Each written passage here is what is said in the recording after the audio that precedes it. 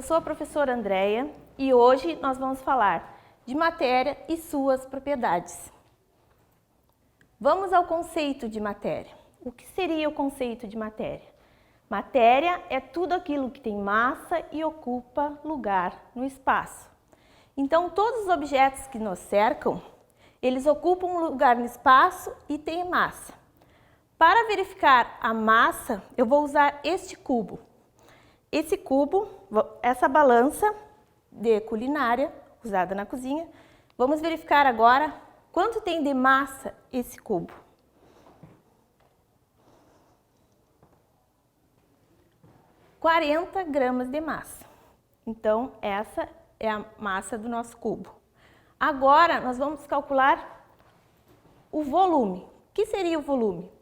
Volume é o espaço que o corpo ocupa. Então, esse dado, ele ocupa um espaço, um lugar no espaço, em cima dessa mesa, por exemplo. Então, vamos calcular o volume. Para calcular o volume, nós usamos aquela fórmula. Volume é igual a área vezes aresta vezes aresta vezes aresta, ou aresta elevado ao cubo. Esse cubo aqui, ele tem 6 centímetros. Aresta é essa borda aqui, ó. Vocês podem ver. Todas essas bordas aqui são chamadas de aresta. Cada aresta aqui tem 6 centímetros. Então, eu vou multiplicar 6 vezes 6 vezes 6, que dá 216 centímetros cúbicos. Para calcular a densidade, nós já temos a massa do cubo. Quanto que é a massa? 40 gramas. E o volume? 216 centímetros cúbicos, que nós já calculamos anteriormente. A densidade é a razão entre a massa e o volume. Tá? Então, nós vamos dividir a massa, 40 gramas, pelo volume, 216 centímetros cúbicos. Vai dar 0,18 gramas por centímetros cúbicos. Vocês acham que esse dado afunda na água? O que vocês me dizem? Afunda ou não? A densidade da água é 1 grama por centímetro cúbico. E a densidade desse dado é 0,18 gramas por centímetro cúbico. Vamos ver se ele afunda.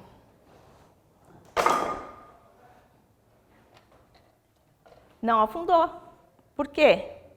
Por que vocês acham que não afundou?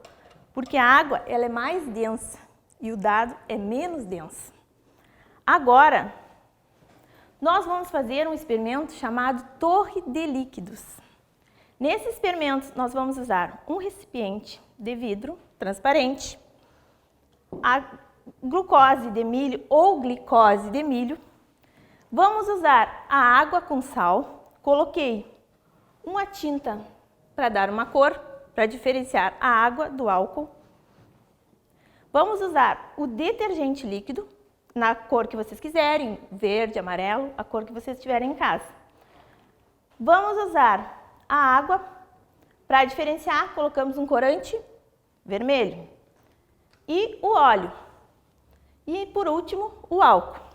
Vamos pegar o nosso recipiente transparente, pode ser de vidro ou de plástico. Só temos que ter o cuidado para a glucose de milho, não precisa ter muito cuidado para despejar.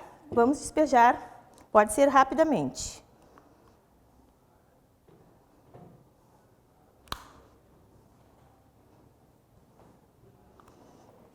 Vamos colocar mais um pouquinho de glucose de milho, porque ficou um pouco no copo. Pode ser glucose de milho ou também mel, o que vocês tiverem em casa.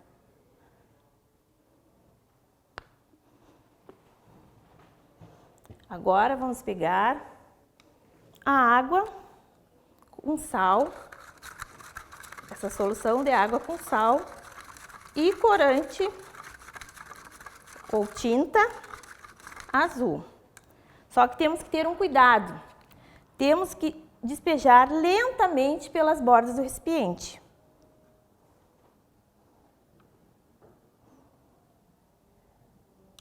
Bem lentamente, porque senão os líquidos se misturam.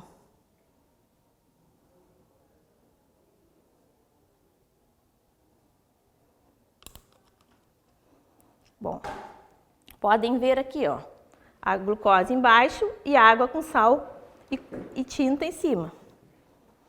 Agora vamos para o detergente. Lentamente pelas bordas, porque se vocês despejarem direto, eles vão se misturar os líquidos. Lentamente, bem devagar, para que não ocorra mistura.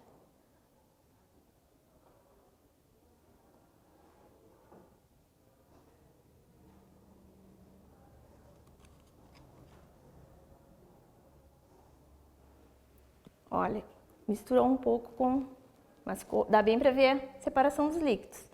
Por isso que tem que ter todo o cuidado. Agora vamos para a água com a tinta guache vermelha.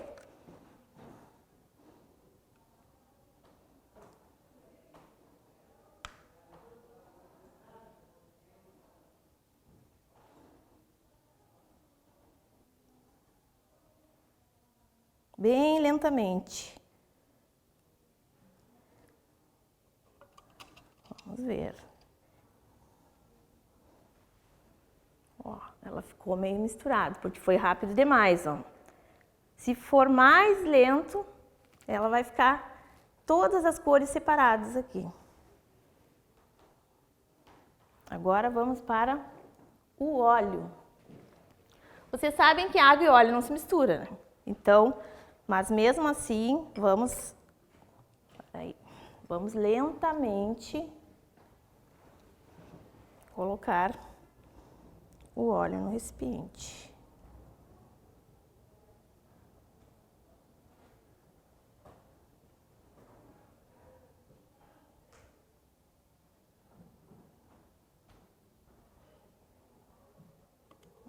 Vamos lá. Olha que legal está ficando o nosso experimento. Olha que legal, podemos ver a glucose, a água com sal, o detergente, a água com só a água com corante vermelho, o óleo. Agora vamos para o nosso último ingrediente ou material, o álcool.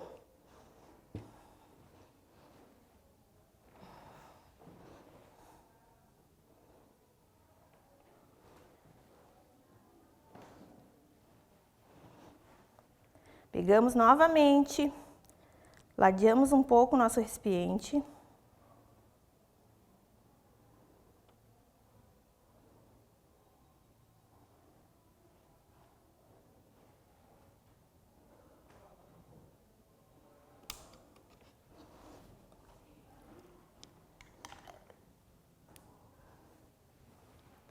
Olhem só, pessoal, o nosso experimento. Ele ficou meio misturado, mas se fizer com bastante calma em casa, vocês conseguem ver as linhas bem separando em todos os materiais do experimento. Bom, por hoje é só, nossa videoaula termina aqui.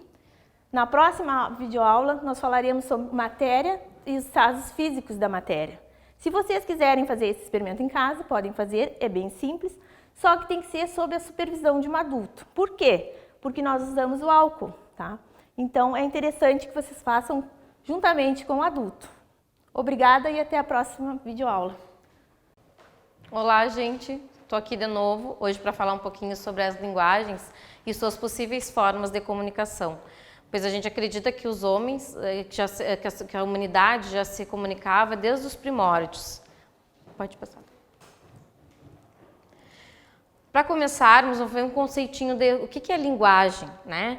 Linguagem é o sistema através pelo qual o homem se comunica, né? Comunica suas ideias, seus sentimentos, seja através da fala, da escrita ou de outros signos convencionais. Então nós podemos nos comunicar de várias formas, não é só através da fala.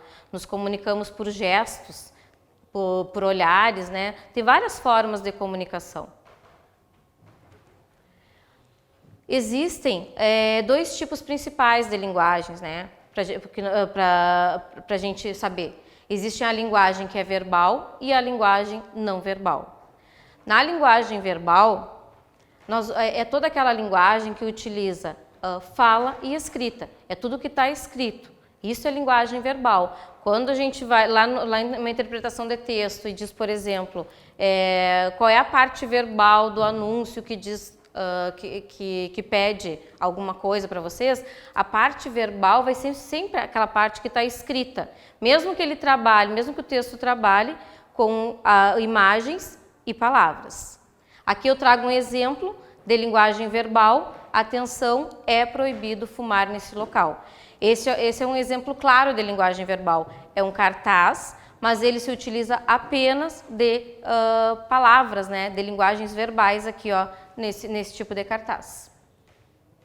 Já na linguagem não verbal, ele não utiliza palavras para estabelecer a comunicação. Ele recorre a outras formas, como gestos, sinais, símbolos e luzes. Nós temos, por exemplo, o mesmo cartaz, quer dizer que não é o mesmo cartaz, o cartaz tem a mesma finalidade, só que nesse caso ele utiliza o quê? Somente formas para dizer que é proibido fumar neste local.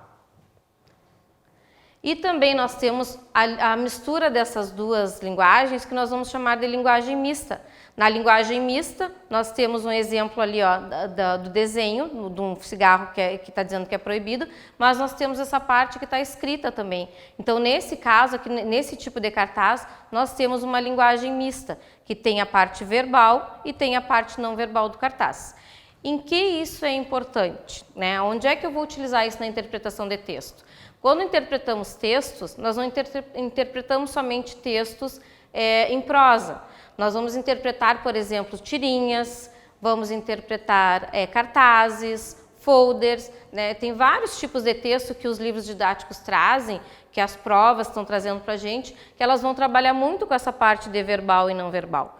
Então, o que temos que entender é que linguagem verbal é tudo aquilo que está escrito, enquanto que a linguagem não verbal é aquilo que tá ali em forma de desenho, de signos, de gestos, toda aquela parte que não compreende a escrita.